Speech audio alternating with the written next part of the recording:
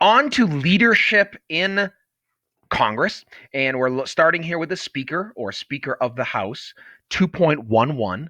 2.11. You don't have to write Nancy Pelosi, although she is the current Speaker of the House. Matter of fact, this is her second time as Speaker of the House. She was Speaker of the House in 2009 through 2011. So she's been the Speaker before, actually 2007 through 2011. Sorry about that. All right, so Nancy Pelosi, Speaker of the House, but just put Speaker, okay? Backside flip. All right, so in Congress, specifically the House of Representatives, the Speaker of the House is the presiding officer in the House. Just to clarify, when you see that word presiding, that means that they're in charge. All right, so they're the ones running the debate, or somebody that she appoints is running the debate. Okay, so in charge, you notice that she had the gavel in her hand there in the picture I had on the previous page. So presiding officer in the House, the person who's in charge. This is actually a named position. It's actually in the Constitution. It's a constitutional position. A lot of the leadership positions that we're going to talk about that are in the House or Senate are traditional positions. They're not actually constitutional positions, meaning that they're named. This one is named. So clause 5, you don't have to write this, but just put Article 1, Section 2. Clause 5 says the House of Representatives shall choose, I love how they spell choose, their speaker and other officers, and shall have the sole power of impeachment. So they shall choose their speaker. So that's an actual title that's given. By the way, the Speaker of the House doesn't technically have to come from the House. They could choose somebody who's like not in the House, but that's never happened. All right, they are selected by the majority party.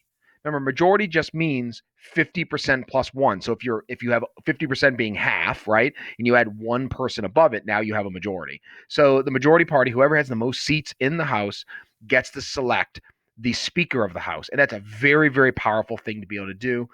You can see the last couple Congresses in the upper right-hand upper right-hand corner. You see the 116th House, which is current, and the Democrats have the majority. However, the Congresses prior to that, from 2014 through 2018, were controlled by the Republicans. As a matter of fact, in 2010 they had won back the House during Obama's first term, President Obama's first term. All right, so selected by the majority party. You see here the history of who controls Congress, and the red down is Republican control of Congress or the House of Representatives, and the control of the House in blue is the Democrats. And you can see after World War II, the Democrats controlled the House for well over 40 years.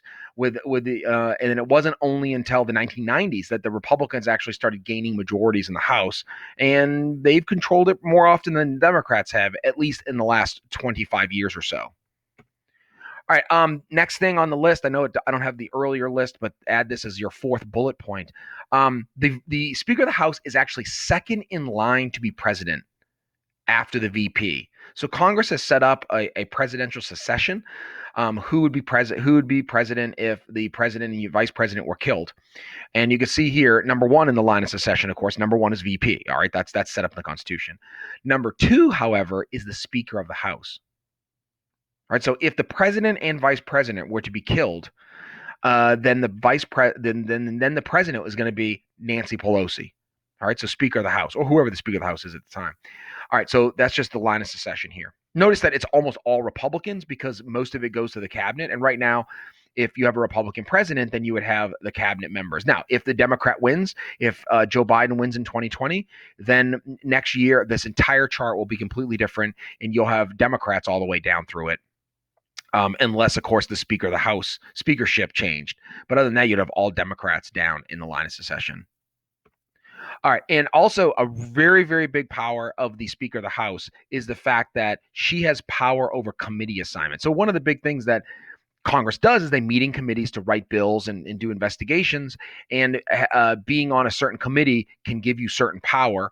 And so you want to be on a good choice committee. Well, you better make right with the Speaker of the House because she's controlling where you go and what committees you end up on. So if you tick off the Speaker, she could actually take away your committee assignments. These are some examples of standing committees. A standing committee means that they always have the potential of meeting. They're not just set up for temporary. They're permanent committees. So you can see the topics make sense, right? Judiciary, agriculture, appropriations is where they spend money, armed services, budget, education, energy, financial services, blah, blah, blah. So these are the standing committees. There's about 20 of them in both the House and in the Senate. All right, cool. Standing committee, remember, it means permanent. And the biggest reason you want to be Speaker of the House and the power of the Speaker is that she controls the agenda of the House. The Speaker of the House controls the agenda. This is very, very powerful. Matter of fact, the Speaker of the House is the most powerful person outside of the president in terms of power in government, a singular power in government. The Speaker of the House is stronger than any position in the Senate. The Senate is much more collegial and more even level of power per senator, but the House is literally run very with an iron fist, if you will, through the speakership. All right, that's the Speaker of the House. Let's go to the next one. 2.12, President of the Senate.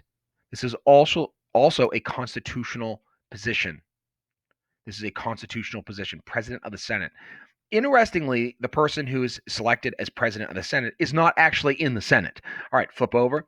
The only role the vice president has, other than waiting for a president to die, is to be the presiding officer. Remember, presiding means in control, running the debate. The vice president is presiding officer of the Senate, even though they're not a member of the Senate. Most vice presidents, by the way, are never there. We'll talk about that in a second. Although the first vice president, John Adams, often would be vice president. He would sit and preside over the Senate and would give these long-winded speeches, and everyone would like roll their eyes, like, "God, John Adams, shut up."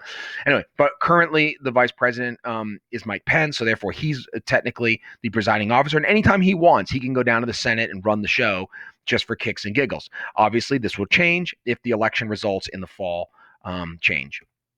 All right, Article 1, Section 3, Clause 4, you write the Article 1, Section 3, because that's where it deals with the Senate, but don't have to write the quote down below. Clause 4 says the Vice President of the United States shall be the President of the Senate, but shall have no vote unless they be equally divided. So the only time the Vice President can vote is as a tiebreaker, which has happened, of course, several times. So only can vote in case of a tie. Thank you. Can only vote in case of a tie. But the reality is this, and I just briefly mentioned this: the vice president is rarely present. Like, the vice president don't fool around. Now, historically, maybe more so. Now, not so much. Usually the vice president is doing the bidding of the president and meeting with foreign leaders or going to different states and working on policy. And if that's the case, then a president pro-tempore, or tempore, I should say tempore, the president pro tempore is appointed. And I'll talk about what that is, because that's the next constitutional constitutional position. I can't even talk this morning. All right, tempore appointed. Good job. All right, awesome. And yeah, that brings us to the last card of this set, 2.13, president pro tempore. It's obviously a Latin phrase, and it means like for now. Like, for now, you're the president. But if the VP shows up, they'll kick your butt out, and you will no longer be the president of the Senate. All right, president pro tempore. All right, president pro tempore is the presiding officer when the vice president is not present. President pro tempore. And by the way, only in the Senate is there a pro tempore. All right, technically, this could be like a speaker. Like, the speaker can appoint someone to run it, but they don't call him a pro tempore. That's only in the Senate. All right, it's a constitutional position. It's Article 1, Section 3. So that's the Senate one. Remember, it's Article 1, Section 2 is about the House. Article 1, Section 3 is about the Senate. The Senate shall choose. There's that choose spelling. I love that. There are other officers and also a president pro tempore in the absence of the vice president, and when he shall exercise the office of the president of the United States. So Article 1, Section 3. Typically, they are the longest serving senator of the majority party. Not always, but most of the time, it's the longest serving senator of the majority party. So whoever who has majority in the Senate, they get to appoint the president pro tempore. Right now, that is Chuck Grassley, who's been in the Senate for like ever.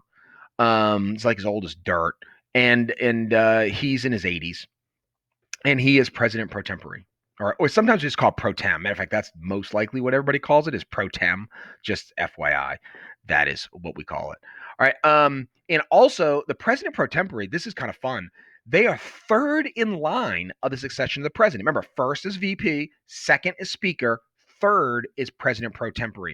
So Make sure you remember that because that's actually like legit stuff that you need to know. So first, vice president, obviously, then speaker, then the president pro tempore. Notice Chuck Grassley is written there. All right, that's the three biggest positions in the House and the Senate, and you need to know these. So go ahead and make sure you do the practices. Thanks.